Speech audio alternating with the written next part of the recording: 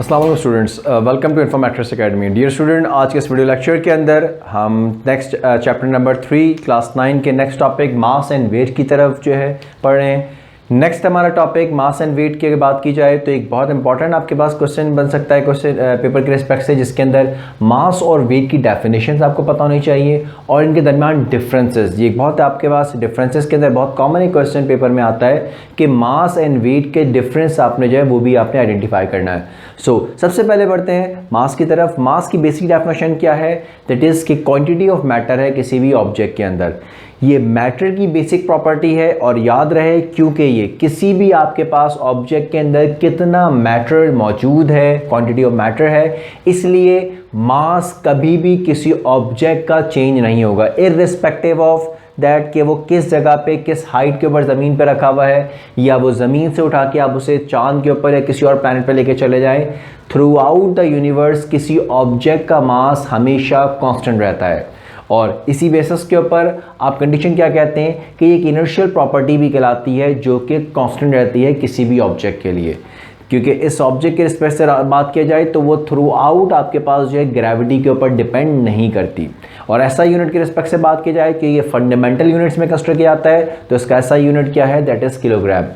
जबकि अगर बात की जाए इन तमाम पॉइंट्स को मेंशन करते हुए यहाँ पे इस तरह से जो है पॉइंट वाइज लिख लें। सबसे पहले quantity of matter in a body, that is the first definition आपने मेंशन कर दिया, क्योंकि ये स्केलर क्वांटिटी, इसमें कोई डायरेक्शन की रिक्वायरमेंट नहीं है, वो आपने हाईलाइट कर दी इस बात को। और अगर आपने कैलकुलेट करना है मास को तो इसको फार्मूला की फॉर्म में आप W=mg से भी कैलकुलेट कर सकते हैं। ज़रूरी नहीं है कि सब उसे इसी फार्मूला से यूज़ किया जा रहा हो, और W=mg के फार्मूला को इस फॉर्म में भी आप यूटिलाइज कर सकते हैं, दैट इज m=w/g। इन दोनों में से कोई भी रिलेशन यूज़ करते हुए आप मास कैलकुलेट कर सकते हैं।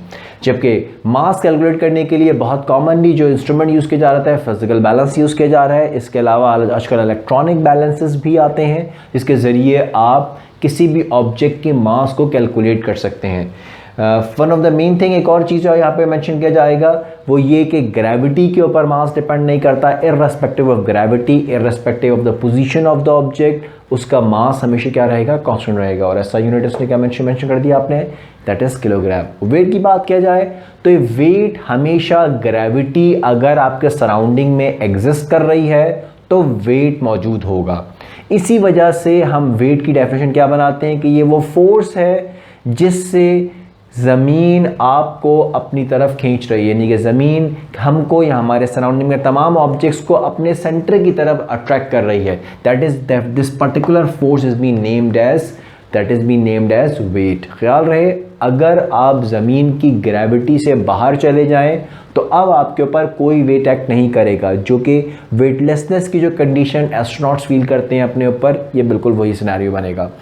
याद रहे स्टूडेंट्स, अगर ग्रेविटी किसी और पर्टिकुलर फोर्स की वजह से, किसी और आपके पास फिनोमेना की वजह से बैलेंस आउट हो रही है, तब भी आपको कोई अपने ऊपर वेट एग्जर्ट होता हुआ फील नहीं होगा और उस टाइम भी आपको वेटलेसनेस की कंडीशन फील होगी। क्योंकि ये फोर्स है, इस वजह से कंडीशन क्या डिफाइन करते हैं आप कि एक वेक्टर क्वांटिटी है और इसको मालूम करने का बेसिक फार्मूला W=mg का बेसिक फार्मूला है। और किसी भी ऑब्जेक्ट के वेट कैलकुलेट करने के लिए स्प्रिंग बैलेंस हमेशा इस्तेमाल किया जाता है, जबकि ये एक ऐसा क्वांटिटी है जो चेंज होता है और ग्रेविटेशनल फोर्स एक ग्रेविटी के ऊपर डिपेंड करता है। जितना ग्रेविटी ज़्यादा होगी वेट भी उस ऑब्जेक्ट का उतना ज़्यादा फील होगा। जिस ऑब्जेक्ट के ऊपर, यानी कि अगर किसी प्लैनेट या किसी पर्टिकुलर जगह पे ग्रेविटेशनल फोर्स कम हो जाए, ग्रेविटी कम हो जाए, तो वहाँ पे आपको वेट भी कम फील होगा। और इसका ऐसा यूनिट क्या है? That is Newton. इन तमाम आपके पास वैल्यूज़ को, इन तमाम चीज़ों को अगर आप पॉइंट वाइज स्टूडेंट्स हाईलाइट कर दूँ मैं यहाँ पे कि अगर डेफिनेशन को कंपेयर करते हुए डेफिनेशन के सामने लिखा जाए तो यही आपके पास का कंपैरिजन जो है क्या बन जाएगा? डिफरेंस की हेडिंग में आ जाएगा कि डिफरेंस की हेडिंग में आपने मास और वेट सबसे पहले कंपेयर किया डेफिनेशंस को। नेक्स्ट स्टेज के ऊपर आपने जो है कंपेयर कर लिया किस चीज़ को कि ये स्केलर क्वांटिटी है और ये कैसी क्वांटिटी है? ये वेक्टर क्वांटिटी आ जाएगा। ठीक है, इसके लिए मैथमेटिकल फॉर्मूला क्या है कैलकुलेट करने का वो आपने मेंशन कर दिया इस जगह पे। कंडीशन आपने थर्ड के ऊपर ये मेंशन कर दिया। फोर्थ पॉइंट ये आपने मेंशन कर दिया कि किस तरीके से ये मेजर कर सकते हैं, कौन सा आपके पास इंस्ट्रूमेंट यूज करते हुए आप इसे मेजर कर सकते हैं।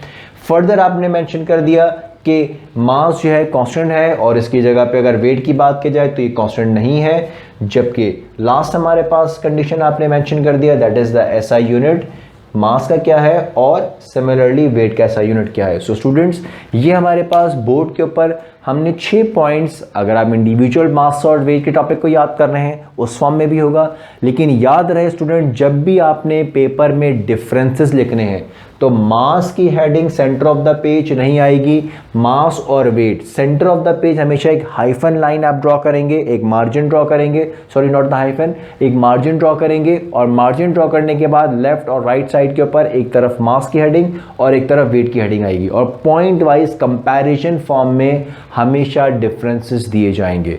सो बिल्कुल उसी फॉर्म में फॉर्मेट के ऊपर आपने इन डिफरेंसेस को यहाँ पे राइट डाउन करना होगा अगर पेपर में मास और वेट का डिफरेंस आता है। सो स्टूडेंट, अगर आपको वीडियो पसंद आई तो ज़रूर हमें जो है कमेंट्स के अंदर जो है हमें अपने फीडबैक से आगाह करें और इन वीडियोस को अपने फेलो स्टूडेंट के साथ शेयर करें और हमारे चैनल को सब्सक्राइब करना ना भूलिएगा। Thank you very much. अल्लाह हाफिज़।